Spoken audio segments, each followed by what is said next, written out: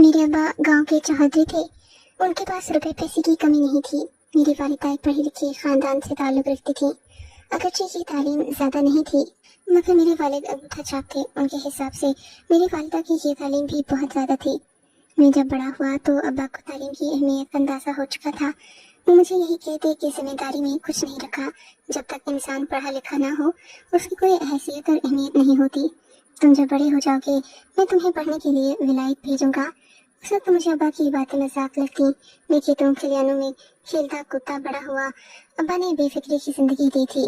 जब मेरी उम्र 20 साल हुई मैं तकरीबन बुनियादी पढ़ाई मुकम्मल कर चुका था, लेकिन कभी मैंने पढ़ाई में ज़्यादा ध्यान नहीं लगाया था। फिर अब्बा की कोशिशों से उनके एक जाने वाले ने दाखिला विलायत की किसी यूनिवर्सिटी में करवा दिया। उस वक्त ये काम इतने मुश्किल नहीं हुआ करते थे, क्योंकि हमारे मुल्क की बाहर मुल्कों में इज्जत हुआ करती थी। खैर से चंद ही महीनों में मेरा वीज़ा लग गया। मैं बहुत खुश था। मुझे पढ़ने से ज़्यादा विलायत जाने, वहाँ की औरतों को देखने और वहाँ की सकाफत में ढलने का बहुत शौक था, क्योंकि मेरे ख्याल में वो लोग बहुत ही जदीद तर्ज की ज़िंदगी गुजार रहे थे। और ये बात मैं अपने दुबई वाले दोस्तों से सुन चुका था। गाँव में तो कोई भी औरत कभी बाहर न निकलती, न ही वो किसी मर्द से बात करती, मगर मैंने सुन रखा था कि विलायत में औरतों की बहुत आदत है और वो मर्दों से बात करने में भी हिचकिचाती नहीं है। बस इसी तरह की कुछ और खुराफातें थी जो मैंने सुन रखी थी और मेरा जहन परागंदा हुआ था। पापा ने मुझे जल्द ही विलायत भेज दिया। वहाँ जाते ही मैं उस रंग में ढल गया था। मैंने वहाँ दिन रात अय्याशी शुरू कर दी। पढ़ाई के साथ साथ मैं अपने दोस्तों के साथ खूब एंजॉय करता। वहाँ लड़के और लड़की की कोई तमीज़ नहीं थी। यहाँ तो हमारे मुल्क में रिवाज अजीब हैं, या कह लें कि थोड़े हकीकत पसंदाना है। अगर कोई औरत किसी मर्द के साथ वक्त गुजारती भी है तो उसके रुपए लेती है, मगर बाहर के मुल्कों में हालात मुख्तलिफ हैं। उन औरतों को अपनी इज्जत और कदर की अहमियत का अंदाजा नहीं है। वो मर्दों के साथ सिर्फ अपने शौक से वक्त गुजारती हैं, या शायद उनके पास पैसे की फरावानी है तो वो अपनी सुकून इस बेराह रवी में तलाश करती हैं। बहरहाल वहाँ की औरतों ने मुझे ये सबक तो सिखा ही दिया था कि एक मशरक़ी औरत कितनी हयादार होती है। फिर भी मेरे जहन में जो खन्नास भरा था वो कहीं नहीं गया था। 5 साल बाद जब मेरी पढ़ाई मुकम्मल हुई तो मेरे पास सिवाय अय्याशों की और कोई यादें नहीं थी जो कि मैंने पढ़ाई के हवाले से कायम की हूँ। मैं अपने अब्बा को फख्र से ये तो कह सकता था कि मैंने अपनी ग्रेजुएशन मुकम्मल कर ली है, मगर उन बेचारों का 3 करोड़ रुपए सिर्फ मेरी तालीम और खर्चे पर लगा था। उस वक्त 3 करोड़ रुपए बहुत बड़ी रकम हुआ करती थी, मगर उनका बेटा कौन सा कोई अफलातून था जिसे वहाँ की हुकूमत वजीफे पर पढ़ाई करने देती।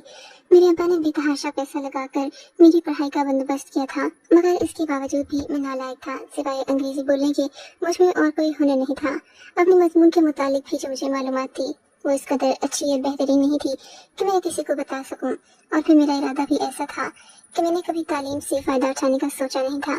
खैर थोड़े ही दिनों में मेरा पाकिस्तान आने का बंदोबस्त कर दिया गया। मैं यहाँ आया तो अम्मा अब्बा को देखकर हैरान रह गया। 5 साल पहले वो मुख्तलिफ से हुआ करते थे, लेकिन आज उनके चेहरों पर झुर्रियाँ थीं और वो बूढ़े हो गए थे। मैंने उन्हें देखा तो मुझे यकीन नहीं आया। बाहर के मुल्कों में लोग ज्यादा देर तक जवान रहते हैं। बस मैं हर चीज का मुआयना करने लगा था। मुझे अम्मा अब्बा को देखकर कुछ तरस भी आया और कुछ खुशी भी हुई कि अब मैं अपनी जिंदगी मजीद पुरसुकून अंदाज में गुजार सकूंगा। अम्मा अब्बा का रोक टोक करने का अंदाज भी बदल गया था। वो मुझसे बात करते तो बहुत मरगूब होते, मुझे किसी चीज से नहीं रोकते थे। मेरी वालिदा जो पहले मुझे दोस्तों के साथ बाहर जाने पर अक्सर पूछताछ कर लिया करती थी, अब वो भी खामोश हो गई थी। उनके ख्याल में मैं बहुत अक्लमंद हो गया। मैंने तालीम मुकम्मल कर ली तो मैं उनसे आगे बढ़ चुका था, मगर ऐसा नहीं था। मैं तो पस्ती की गहराइयों में गिरा हुआ एक नौजवान था जो गुनाह की दलदल में फंसकर अपनी हकीकत को भूल चुका था। घर आते ही खाने पर मेरी नजर एक लड़की पर पड़ी जो कि अम्मा। उसे देखकर मुझे लगा मैंने कोई हुस्न की देवी देख ली हो। वो बहुत खूबसूरत थी। उसे एक नजर देखकर नजर हटाना मुश्किल हो गया था। ये देखकर मुझे सख्त हैरत हुई थी कि वो इस घर में नौकरानी की तरह काम कर रही थी। बाहर के मुल्कों में नौकर वगैरह कम ही मिलते हैं, लोग अपने काम खुद करते हैं। मैं तो ये बात तकरीबन भूल चुका था कि हमारे घर की नौकरानी भी हो सकती है। तभी मैंने अम्मी से पूछा, ये लड़की कौन है? कहने लगी, ये हमारी खादिमा की बेटी है। नसीबा को कुछ अर्सा पहले ही मैं हवेली में लाई हूँ। तुम तो जानते हो कि मेरी बूढ़ी हड्डियों में अब दम नहीं रहा। चौधरी साहब की खिदमत करना, फिर इस पूरी हवेली का ख्याल रखना भी मेरा ही फर्ज है। मैं इतने काम नहीं कर सकती। जब भी मैंने इन सब छोटे मोटे कामों के लिए अपनी एक नई खादिमा रखी है जो इन सब नौकरों को देखती है, मेरे काम को समझती है और किसी घर के फर्द की तरह ही सब चीजों की हिफाजत करती है। अम्मा की बात सुनकर मैं जान गया था कि लड़की नसीबा काम वाली की बेटी है। उसकी आंखें नीली थी, बाल भूरे, वो किसी मशरकी हसीना की तरह लगती थी जिसने कभी जिंदगी में कोई ख्वाब नहीं देखे थे। उसकी आंखें चमकदार थी। मैं तो उसे देखकर ही सोच में पड़ गया था कि अब इसका शिकार कैसे करूं। मैं उसकी खूबसूरती देखकर रह नहीं सका। मैंने उसे अपने पास बुलाने के लिए हर बार इस्तेमाल किया। कहा कि मुझे चाय पीना है, अम्मा अब्बा तो उठेंगे बहुत देर बाद, इसलिए तुम मेरे लिए चाय बना कर ले आओ। वो लड़की जिसका नाम फरहंदा था मेरे पास आई और चाय का हुक्म लेकर चली गई। तकरीबन 15-20 मिनट बाद वो पकी हुई चाय लेकर हाजिर हुई। तब तक तो मुझसे इंतजार नहीं हो सका था। मैं भी पछताने लगा कि किसी चाय का कह दिया है। मैं तो सिर्फ उसे 2-4 घड़ी बातें करना चाहता था, लेकिन आते हुए जब मैंने बहुत ज्यादा इंतजार करना पड़ा तो मैं मुख्तलिफ ख्यालात सोच चुका था। जैसे ही वो मेरे करीब चाय देने आई तो चाय देने के बहाने से मैंने उसका हाथ पकड़ लिया। ये देखकर वो घबरा गई, लाल पीली हो गई। बोली कि छोड़े, लाल पीली हो गई। बोली कि छोड़े साहब, मुझे जाना है, अम्मा बुला रही हैं। मैं उसकी इस मासूमियत पर हंस पड़ा। तो क्या हुआ, मैं भी तो तुम्हें ही बुला रहा हूँ। देखो तो तुम्हारे इश्क में एक ही दिन में मेरी क्या हालत हो गई है। मैंने अपनी तरफ इशारा करते हुए चटाई से कहा था। वो छुई मुझसे बनी खड़ी थी। मुझे जाने दीजिए, मैं आपकी बहुत इज्जत करती हूँ। वो ये बात बोली तो मैं और हंस पड़ा। तो क्या हुआ, मैं भी तो तुम्हारी इज्जत करता हूँ। वो क्या कहते हैं, इज्जत और मोहब्बत एक जैसी ही है, तुम जानती नहीं। ये सुनकर वो और घबरा गई, लाल पीली रंगत हो गई, जबकि उसकी सांसें बेतरतीब होने लगी। आप ये कैसी बातें कर रही हैं, मैं ऐसी वैसी लड़की नहीं हूँ। क्या तुम अपने मालिक से दोस्ती भी नहीं करोगी? मैंने हैरत से पूछा था। नहीं जी, अम्मा ने हमें दोस्ती करने की इजाजत नहीं दी। दोस्ती सिर्फ उसी से होगी जिससे मैं शादी करूंगी, उसने बड़े ही मुखलिस और सच्चे लहजे में कहा था। है मैंने अगला मंसूबा दिमाग में बनाते हुए कहा था। मैं भी तो तुमसे शादी करूंगा, तुम्हें क्या लगता है मैं बिला वजह ही तुमसे ये बातें कर रहा हूँ? अरे मैं विलायत में पढ़कर आया हूँ, लेकिन मुझे अपनी रवायात का अच्छी तरह से अंदाजा है। मेरी बात पर वो खुश होने लगी, उसके चेहरे के तेवर बदलने लगे, गोया कि अब उसे कोई बेयकीनी नहीं रही थी। हाय रे हमारी लड़कियों की मासूमियत, शादी का नाम सुनते ही वो अपना सब कुछ लुटाने पर तैयार हो जाती हैं। फिर मैंने उसके हुस्न की बहुत तारीफें की, कहा कि तुम जैसी हसीन लड़की से कोई शहजादा ही शादी कर सकता है, खुद को खामखा कम मत समझो। तुम जान लो कि तुम किसी हीरे की मानिद हो, कोई आम शख्स तुम्हारे काबिल नहीं है। इसलिए मैंने सोचा कि मैं तुम्हें पहले ही तुम्हारी कीमत बता दूं, इससे पहले कि कोई और तुम्हें उड़ा ले जाए। खबरदार तुमने किसी के बारे में सोचा भी, तुम सिर्फ और सिर्फ मेरी हो। मैंने रोक जमाते हुए कहा, ये सब मैं भारतीय फिल्मों में देख चुका था। मैं जानता था ऐसा करने से लड़कियां मुतासिर होती हैं, सो वो भी हो गई। अब कि वो शर्मा कर वहां से चली गई, घबराई हुई थी। मैं उसकी इस घबराहट से महसूस हो रहा था। अब मैं दिल ही दिल में सोचने लगा कि घर में तो मेरे इरादे की तकमील मुमकिन नहीं, क्यों न मैं इसे बहला फुसला कर बाहर किसी होटल में ले जाऊं। तभी ये मेरी बात भी मानेगी और सब कुछ करने पर राजी भी हो जाएगी, क्योंकि घर में रहते हुए वो मासी की ज़ेरे असर रहती। कभी तो मासी उसे अपने पास बुलाती, कभी कुछ की। ये कहकर मैंने नसीबा पर भी जाल फेंक दिया। वो बहुत खुश हुई। अगले दिन ही मैंने अपने मंसूबे पर अमल कर दिया। नसीबा के होते हुए मैं उसकी बड़ी बेटी फरहंदा को लेकर घर से निकल गया। फरहंदा को भी मैंने मिली जुली कहानी सुनाई थी। कहा कि बस मैं तुम्हारा दिन अच्छा कर दूंगा, तुम एक बार मेरे साथ तो चलो, तुम सब कुछ भूल जाओगी। फरहंदा बहुत खुश थी। वो मेरे साथ बैठी गाड़ी में बातें करती रही। तो समझी कि मैं शायद शहर में उसे लेकर जा रहा हूँ ताकि उसकी नौकरी लग सके, जो वो इसलिए भी बहुत खुश थी कि फिर मैं उसके बराबर हो जाऊंगा या वो मेरी बराबरी कर पाएगी। उसने कश्मीर से पढ़ना और नौकरी करना चाहती थी, मगर किसी ने उसे मौका नहीं दिया। दिल ही दिल में मैं उसकी बेवकूफ़ी पर हंस रहा था।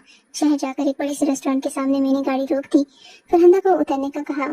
फरहंदा ने सवाल किया तो मैंने कहा, हम शहर इतनी दूर से आए हैं, अगर अभी जाकर किसी नौकरी के लिए कोशिशें करना शुरू कर दें तो फिर हम थक जाएंगे, हमें खाने पीने की जरूरत है, फ्रेश होकर आगे चलेंगे। फरहंदा मान गई। मैं उसे होटल में पहले से बुक किए गए एक कमरे की तरफ ले जाने लगा। फरहंदा बार बार बाहर देखती, मुझसे सवाल करने लगी कि ये जगह खाने की तो नहीं है, बल्कि रहने के लिए एक कमरा है। उसने कमरे में जाने से भी इनकार कर दिया। वो गैलरी से ही भाग आई तो मैं समझ गया कि वो इतनी भी बेवकूफ़ और फलामिया की गाय नहीं है जितना कि मैंने समझ रखा है। मुझे बहुत बुरा लगा। मैंने फरहंदा को दोबारा कमरे में ले जाने की कोशिश की, मगर फरहंदा की चालाकी देखकर मुझे बहुत गुस्सा आया। बंदी तो वो बहुत मासूम थी, लेकिन हर एक चीज़ से वाकिफ थी। मेरे साथ आने से उसने इनकार कर दिया। मुझे बहुत गुस्सा आया। मैंने उसे गाड़ी में बिठाया और गाड़ी गांव की तरफ भगाने लगा। मैं फरहंदा की चाल चलन देखकर समझ गया था कि फरहंदा कभी भी मेरे हाथ आने वाली नहीं है। मैंने गाड़ी में उससे ठीक से बात भी नहीं की। मैंने कहा, तुम जैसी लड़कियां किसी पर एतबार नहीं करती और जिंदगी भर रोती ही रह जाती हैं, क्योंकि ऐसे अच्छे रिश्ते बार बार नहीं मिलते। तुम तो जानती हो मैं मगरबी माहौल का दिलदाता हूँ, वहाँ पर ऐसा ही होता है। लड़का लड़की शादी से पहले एक दूसरे को जानते हैं और ये सब तो इंसान एक दूसरे को जानने के लिए करता है। मेरी बात का फरहंदा ने कोई जवाब नहीं दिया। उसके मुंह पर जैसे चुप लग गई थी। तकरीबन 4 घंटे बाद हम लोग मेरे गांव वापस पहुंचे तो फरहंदा का चेहरा भी उतरा हुआ था। उसने न जाने जाकर अम्मा नसीबा को क्या बात बताई कि उसे भी सांप सूंघ गया। अब उसकी बेटियां अगले दिन मैंने बाग में देखा, नसीबा की कोई भी बेटी बाग में मौजूद नहीं थी। मैंने देखा वो सब बहुत परेशान लग रही थी, मगर आज तो वो खेलने भी नहीं आई थी। मुझे हैरत हुई थी, शायद कि फरहंदा ने सभी को ये बात बता दी है, मगर बाकियों का रवैया मोहतात था। सो मैं खामोश हो गया। मैंने उन पर शक करने की बजाय खामोशी इख्तियार कर ली। कुछ ही दिनों में वो लोग ये बात भूल गए थे। शायद फरहंदा ने मुकम्मल बात नहीं बताई थी। फरहंदा ने मेरे गुस्से और रोब-दाब के बारे में बताया होगा, वरना मासी नसीबा तो मुझे माफी मांगने की बजाय मुझसे ये कहती कि मैं बहुत ही बेगैरत शख्स हूँ, मुझे अपने नौकरों के हुकूक का ख्याल करना चाहिए। मगर उल्टा मासी फरहंदा मुझसे माफी मांगती रहती। मैं समझ गया कि फरहंदा ने मेरा लाज रख ली है। उसने अपनी माँ को सारी बात नहीं बताई। इसी वजह से मुझ में और ज्यादा शीरी आ गई। मैंने सोचा अब तो मैं उसकी सबसे छोटी बेटी नीली के साथ दोस्ती और राह रस्म बढ़ा कर रहूंगा, क्योंकि नीली फरहंदा से भी ज्यादा खूबसूरत थी। जब मैं फरहंदा से मिला था उस वक्त मैंने नीली को नहीं देखा था। नीली इन सबसे ज्यादा हसीन थी और उसकी आंखें भी वाकई में नीली थी, जिनको देखकर इंसान कभी भी पागल हो जाए। मैंने नीली से दोस्ती करने का एक मुनफरिद तरीका निकाला। नीली को अपने पास बुलाकर अपनी माँ और बहनों के बारे में भड़काना शुरू कर दिया। मैंने कहा, देखो नीली, मैंने तुम्हारी बहन फरहंदा से तुम्हारी शादी की बात की थी।